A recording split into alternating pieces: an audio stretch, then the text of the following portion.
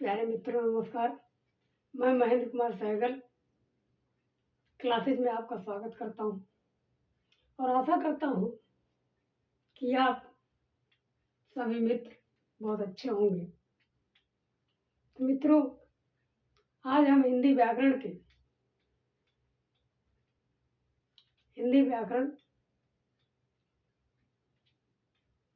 में संधि के बारे में अध्ययन करेंगे।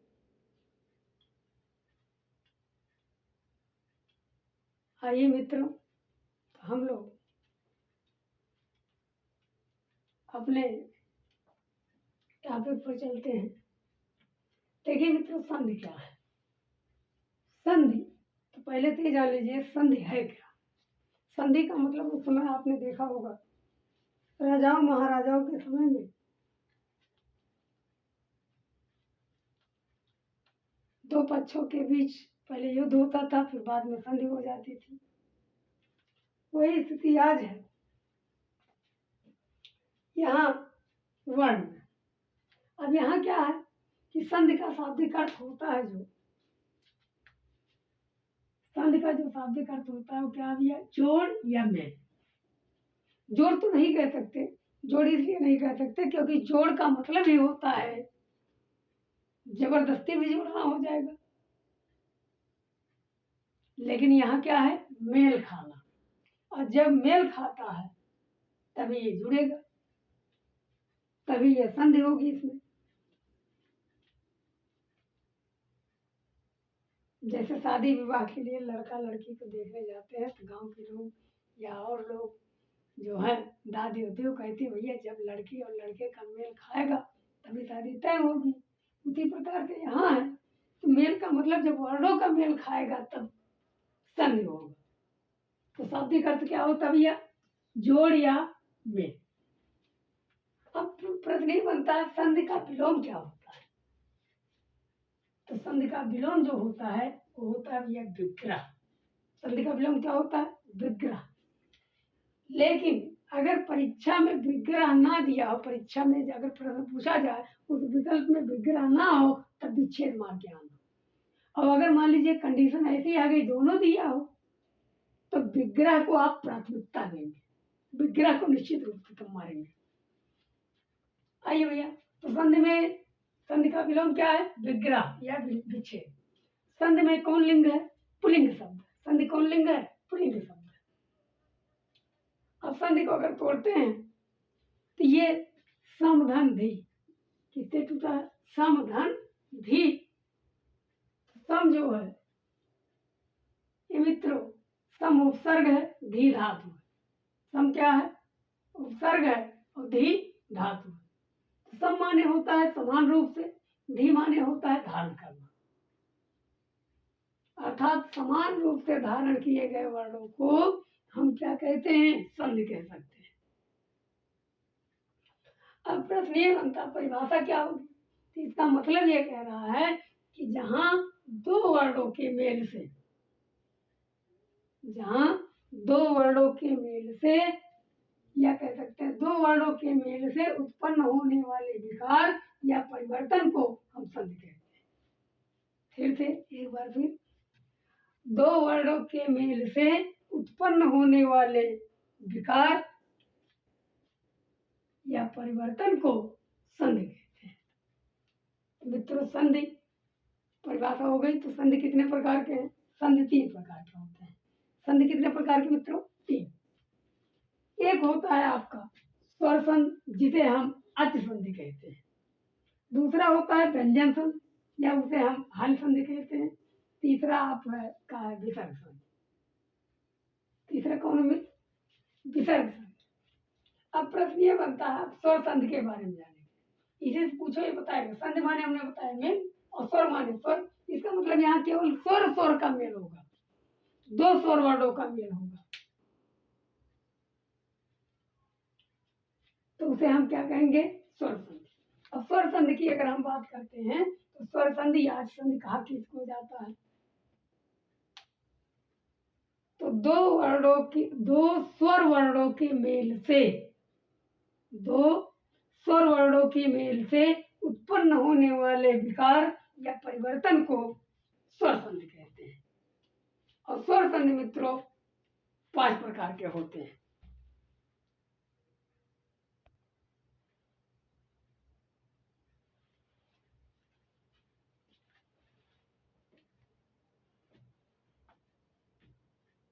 तो मित्रों स्वर संधि 5 प्रकार के होते हैं। कितने प्रकार के भैया? 5 प्रकार के। स्वर संधि 5 प्रकार के होते हैं। एक सूत्र है दिगु ब्रिया। दिगु ब्रिया या कह सकते हैं दीपावली के दिन पटाखा दगइबे तभी हो जाएगा। तो दिगु ब्रिया में देखिए दी से दीर्घ स्वर संधि, कु से गुण स्वर संधि, व्री से वृद्धि स्वर संधि, या से यण स्वर संधि, आ से अयाज स्वर संधि। संधि कितने प्रकार के हो गए मित्रों? 5 प्रकार के। तो दीर्घ स्वर संधि, गुण स्वर संधि, वृद्धि स्वर संधि, यण स्वर संधि। कितना हो गया? अब बात कर लेते हैं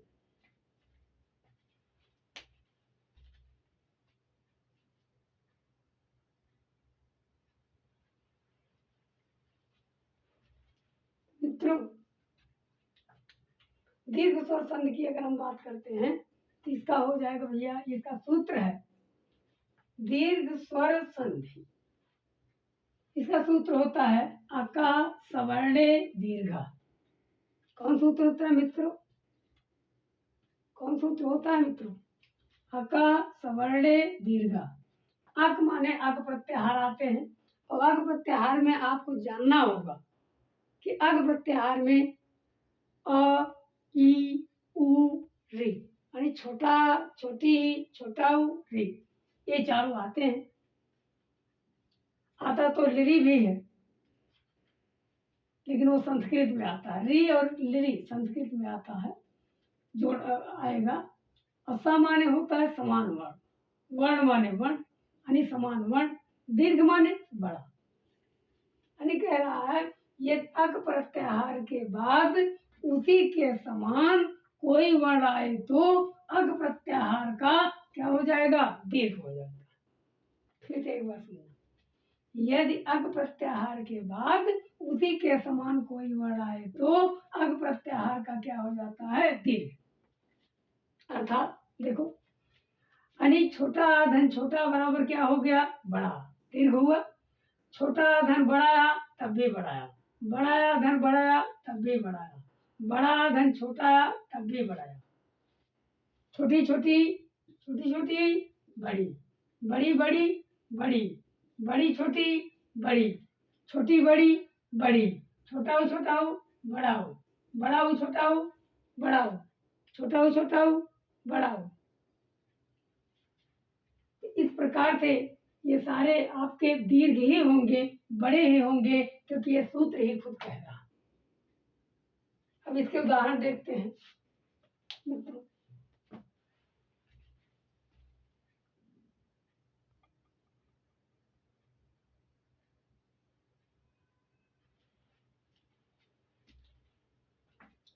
चलिए मित्रों आइए दीर्घ स्वर संधि का उदाहरण देखते हैं। देखिए पहला उदाहरण है पुष्पावली। इसको देखिए हम यहाँ तोड़े हैं। इसका पुष्पावली पढ़ के देखिए, आवली बड़ा आ रहा है और जब बड़ा आ रहा है तो बड़ा किसमें टूटेगा? या तो छोटा छोटा में टूटेगा, या तो छोटा बड़ा में टूटेगा, या बड़ा बड़ा में टूटेगा। तो अगर हम इसको तोड़ेंगे तो पुष्प धन अवली होता है। अवली माने होता है पंक्ति, अवली माने पंक्ति और पुष्प माने पुष्प, अर्थात पुष्पावली माने पुष्पों की पंक्ति। अब पुष्प धन अवली, अगर पुष्प को तोड़ दिया जाए तो आधा पा, जब टूटेगा तो पा को अंतिम मोड़ को तोड़ना है तो आधा पा निकलेगा और हरस्वा अलग हो गया और धन क्या हो गया? अवली। तो हरस्वा और हरस्वा दोनों मिलकर के क्या हो जाएगा? दीर्घा। यही तो आपने लिखा, हरस्वा हरस्वा बराबर दीर्घा। तो हरस्वा हरस्वा क्या हो गया? दीर्घा यानी छोटा छोटा बड़ा। तो अवली ला करके उठा के रख दिए, क्या हो गया? आवली। अब यहाँ क्या बचा था? पुष्प, और पा पे आधा हलंत लगा था क्योंकि आधा पा था, और आधा पा बड़ा आ मिल गया तो क्या हो जाएगा, पा बड़ा मात्रा पा हो गया पुष्पावली। उसी प्रकार से मायाधीन, तो मायाधन अधीन, मायाधीन आ बड़ा आ रहा, माया धन अधीन। माया को तोड़ेंगे तो माया हो गया बड़ा, क्योंकि यहाँ पे बड़ा मात्रा लगा है तो बड़ा निकल गया, और धन अधीन हो गया, तो बड़ा धन छोटा मिलकर के क्या हो गया, बड़ा। तो ये माय या आधा हलंत लगा है, और बड़ा आधा या बड़ा जुड़ेगा तो या बड़ा मंत्र या हो जाएगा, तो माया धीन। चलो अगला बताइए, जैसे अगर हम कहते हैं विद्यालय कर लीजिएगा, करिएगा, कम से कम प्रैक्टिस करिएगा। विद्याभास, विद्याभास को अगर हम तोड़ेंगे तो विद्याभास, विद्याभास, विद्याभास को तोड़ेंगे तो ये हो जाएगा विद्या का आभास, विद्या का आभास। अब विद्याभास में अगर हम तोड़ देते हैं तो ये हो जाएगा विद्या धन अभ्यास, विद्याभास अभ्यास में तो विद्या धन अभ्यास। अब विद्या को तोड़ेंगे तो हो जाएगा भैया विद धन, कौन मात्रा लगा है, बड़ा, तो बड़ा निकाल लो तभी हलंत लगेगा यहाँ, और धन अभ्यास, बड़ा छोटा मिलकर के हो जाएगा बड़ा, तो हो जाएगा भैया अभ्यास। अब विद्य में हिला के उठा कर रख दो, हलंत लगा था, आधा द्या और बड़ा या मिलकर के हो जाएगा द्या पे बड़ा मंत्र द्या, हो जाएगा अभ्यास, द्याभ्यास, और वी ला करके उठा कर रख दिए तो हो गया विद्याभास। अब बात करते हैं अगले उदाहरण की, अगले उदाहरण की अगर हम बात करते हैं तो विद्यालय वाला करिएगा। जैसे महिष, तो महिष का करेंगे तो हो जाएगा मही धन ईस, मही धन ईस। अब मही को तोड़ दो, मह हो गया, बड़ी मात्रा लगी है तो बड़ी निकाल लो तभी तो आधा हाथ उठेगा, धन ईस, बड़ी बड़ी मिलकर के क्या बनेगा, तब भी बड़ी बनेगा, यानी बड़ी तब भी बड़की दीदी बनेगी, बड़ी ईस हो गया, इसी में मह ला के उठा कर रख दो, आधा हा बड़ी, आधा हा बड़ी मिलकर के क्या बनेगा, हाथ में बड़ी मात्रा ही और सा, तो वो ये हीस, और इसी में माँ ला के रख दो तो हो गया महेश। चलिए नारीश्वर में इसका क्या हो जाएगा, नारीश्वर, इसका सीधा सीधा है नारी धन ईश्वर, नारीश्वर में। अब नारी को तोड़ोगे तो रई, नारी का मतलब नारी में रा तोड़ना, री जो लगा है, नार हो गया, बड़ी निकल गया, धन ईश्वर, बड़ी बड़ी बड़ी तब भी ईश्वर हो गया। अब ईश्वर हुआ मित्रों, तो नारीश्वर में अगर देखेंगे तो ये हो जाएगा नार ला के उठा तोड़ दो, जोड़ दो, अब जब आधा रा जुड़ेगा तो आधा रा जुड़ने के बाद ये हो जाएगा रा पे बड़ी मात्रा, तो ये ईश्वर, ना ला के उठा कर रख दो तो हो गया नारीश्वर। और देखिए इसी प्रकार से अन्य उदाहरण भी मैं बता रहा हूं।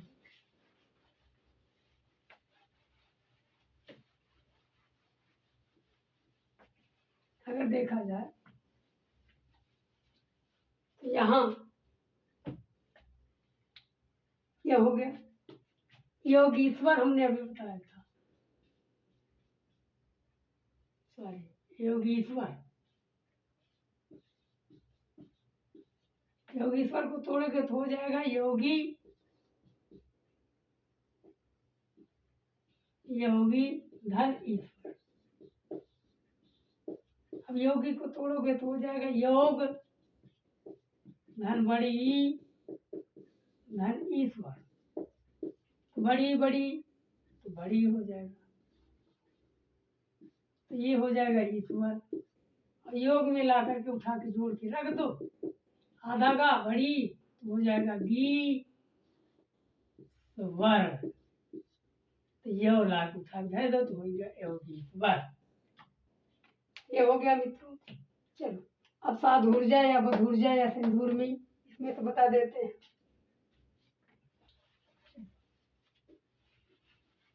अब बात कर लेते हैं बधूर्मी या साधुर्जा।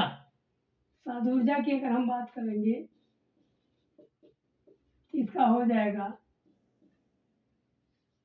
साधु धन ऊर्जा। असाधु को धन ऊर्जा हो जाएगा। साधु को तोड़ोगे तो क्या हो जाएगा साध धन। कौन मात्रा लगा है छोटा हो, अब छोटा हो निकालोगे तभी आधा धा बनेगा, तो छोटा हो निकाल लो, धन हो जाएगा ऊर्जा। छोटा हो बड़ा हो मिल करके क्या बनेगा तभी बड़ा हो जाएगा ऊर्जा। इसी में साध ला करके उठा के रख दो तो दोनों जोड़ दीजिए, आधा धा बढ़ाओ तो हो जाएगा धू और राजा धूर्जा। और सा ला के उठा के रख दो तो हो जाएगा भैया साधुर्जा। ये हो गया। उनसे हो जाएगा बधूर्जा। तो सिंदूर में बधूर्जा का देखो, बधूर्जा का हो जाएगा बधू धन ऊर्जा। इसको बधू को तोड़िए तो हो जाएगा बध, बड़ाऊ लगा है तो बड़ाऊ निकलेगा, धन ऊर्जा। बड़ाऊ हो जाएगा तब भी ऊर्जा हो गया, धन बध। तो बाधा धा बड़ाऊ जोड़ दे तो हो जाएगा धूर्जा। अब वाल आके उठा दो तरफ जाएगा, हो जाएगा बधूर्जा। मित्रों एक उदाहरण और, जैसे बात कर रहे हैं सिंदूर में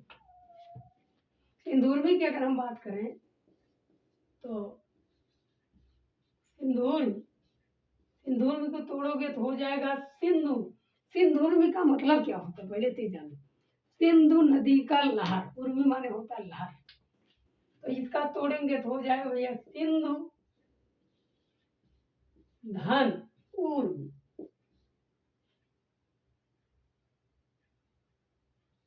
सिंधु धन ऊर्मी ये हो जाएगा। सिंधु को तोड़ेंगे तो हो जाएगा सिंध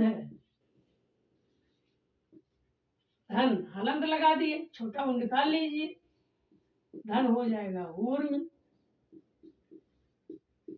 छोटा ऊ बड़ा ऊ मिल करके क्या हो गया बड़ा ऊ, तो हो जाएगा ऊर्मी। और सिंध ला करके उठा के हिंदी में जोड़ दो, आधा धा बड़ा ऊ हो जाएगा, बधा पे बड़ा ऊ मंत्रा, धूर में हो गया। और सिल ला करके उठा कर रख दो तो हो जाएगा धूर।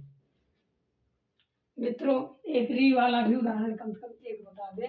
वैसे ये संस्कृत में पूछा जाता है, हिंदी में नहीं पूछा जाता है, लेकिन फिर भी हम आपको बता दे रहे हैं। तो मातृणम, जिसे मातृण हमने लिखा था,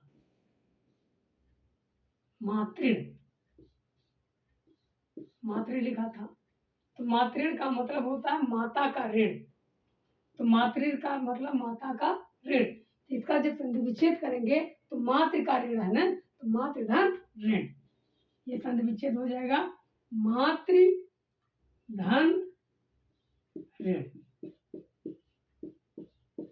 ये संस्कृत का पाठ है। कहाँ का है संस्कृत में पूछा जाता है, हिंदी में नहीं पूछा जाता है। तो मातृ को तोड़िए तो हो जाएगा मात धन री धन ऋण।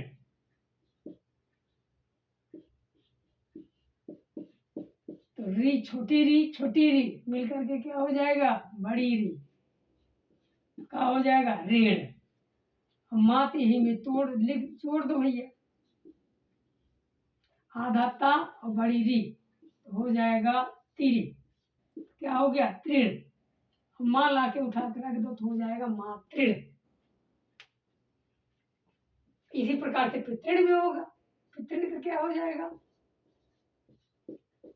इसका हो जाएगा पितृ धन ऋण। पितृधन ऋण तो बराबर हो जाएगा पितृण। इसको तोड़ेंगे तो ये हो जाएगा पित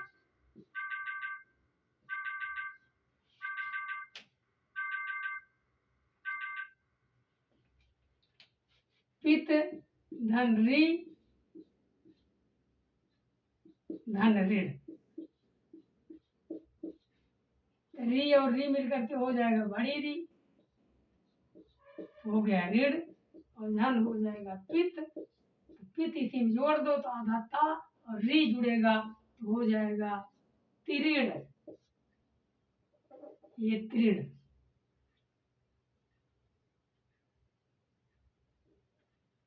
ये तृण हो जाएगा। और धन पित। ये पी पी पी ला के उठा के रख दिए तो हो जाएगा पितृण। पी जोड़ दिए तो हो जाएगा पितृण।